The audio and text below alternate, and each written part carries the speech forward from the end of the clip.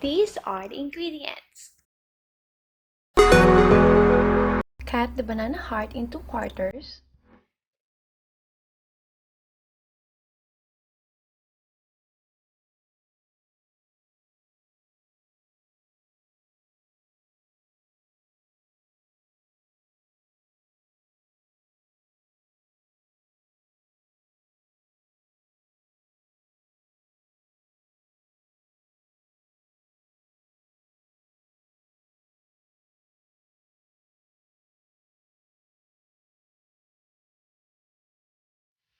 Soak them in the water for a few minutes.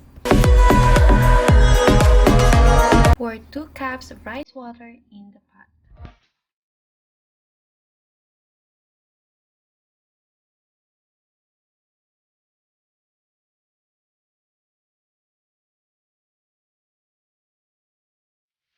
Let it boil for a few minutes and add chopped onions and tomatoes.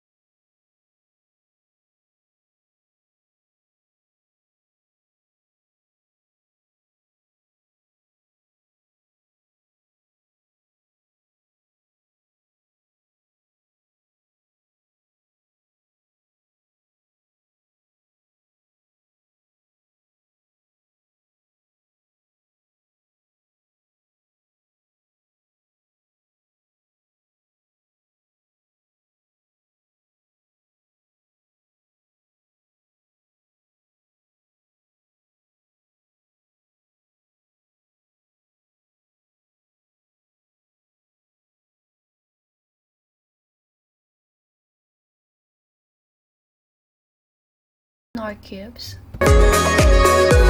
Season with salt and black and green pepper.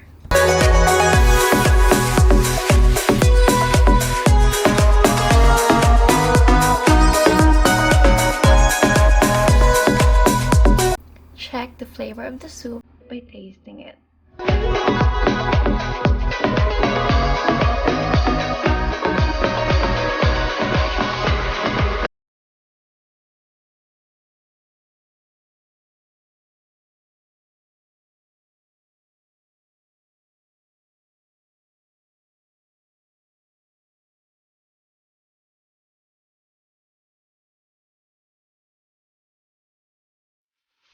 And voila!